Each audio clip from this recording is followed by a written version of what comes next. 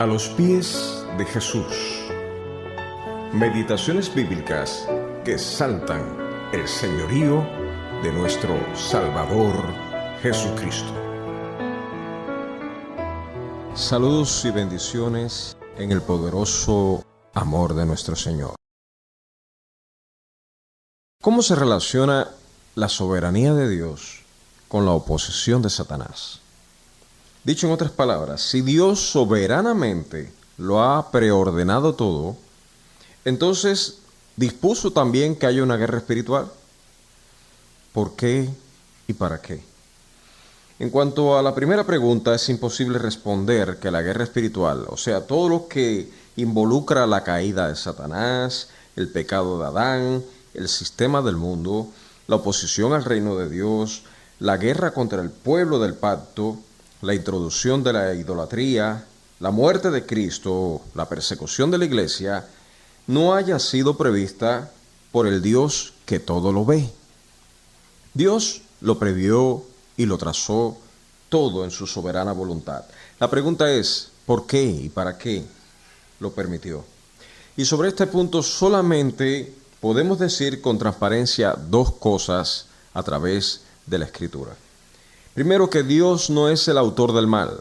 Segundo, que el mal está bajo el control de Dios porque ya el Cordero que quitaría el pecado estaba preparado antes de la fundación del mundo. Indudablemente, Dios no es el autor del mal, pero lo previó y lo permitió con el fin de desplegar un bien mayor, la gloria de su Hijo en la cruz del Calvario. Sin la entrada del pecado, no hubiera habido Calvario.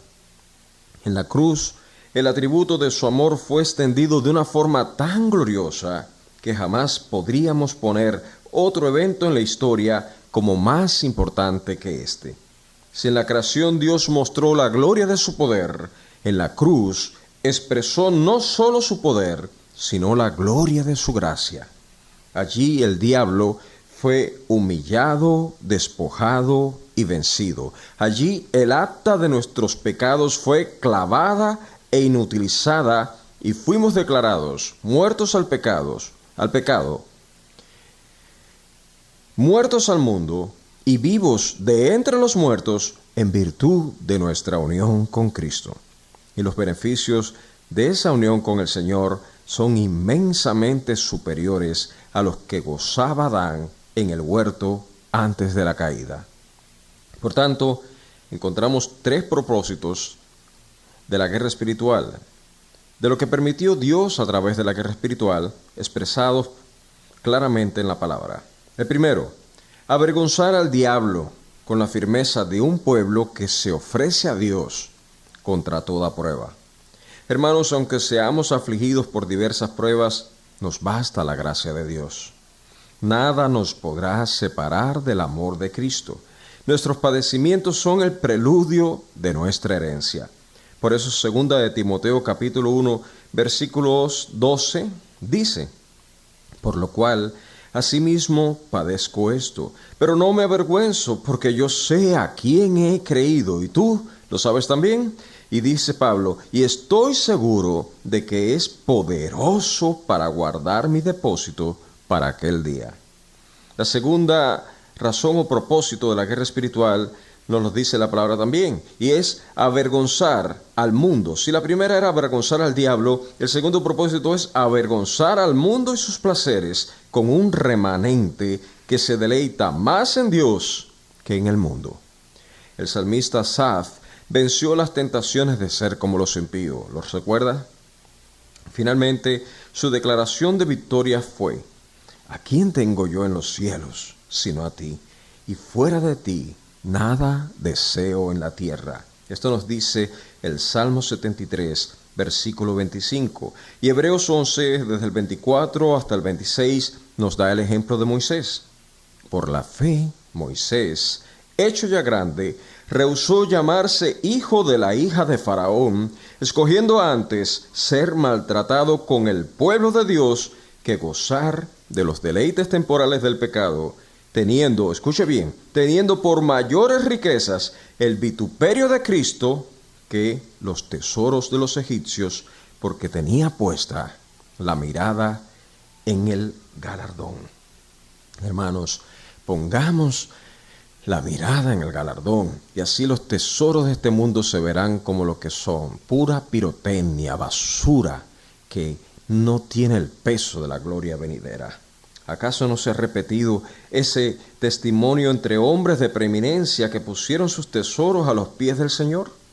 Los verdaderos hijos de Dios son luz del mundo y sal de la tierra. Hemos visto los dos primeros propósitos de la guerra espiritual. A través de la cruz, avergonzar al diablo. A través de la cruz de Cristo, avergonzar al mundo. Por lo tercero, el tercer propósito es avergonzar a nuestra carne con la transformación de nuestro carácter a la imagen de Cristo. Oh, aleluya. El apóstol Pablo pudo decir en Gálatas 2:20, con Cristo estoy juntamente crucificado, y ya no vivo yo, mas vive Cristo en mí, y lo que ahora vivo en la carne, lo vivo en la fe del Hijo de Dios, el cual me amó y se entregó a sí mismo por mí. Oh, reconocemos que Dios está haciendo su mayor obra milagrosa, plantar la imagen de su Hijo en nosotros. Por eso Colosenses 3, versículos 9 y 10, expresa esta victoria.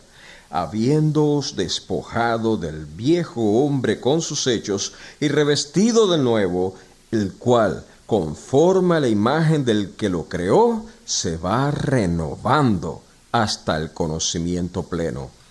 Esta transformación plena es prometida y asegurada por Dios en Filipenses capítulo 1, versículo 6. Estando persuadido de esto, que el que comenzó en vosotros, escúchalo bien, el que comenzó en vosotros la buena obra será fiel.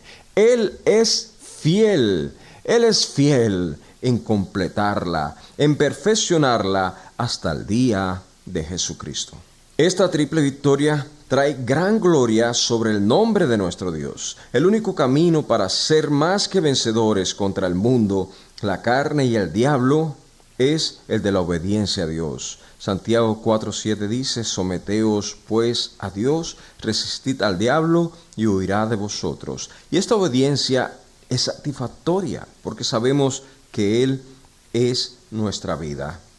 Si Dios realmente es soberano y, como lo acabamos de demostrar, lo es en una magnitud absoluta, entonces ni una sola de sus decisiones puede dejar de acatarse, ni uno solo de sus decretos quedará a medias. Y escucha bien, ni una sola de esas promesas que te ha hecho como pueblo de Dios dejará de cumplirse.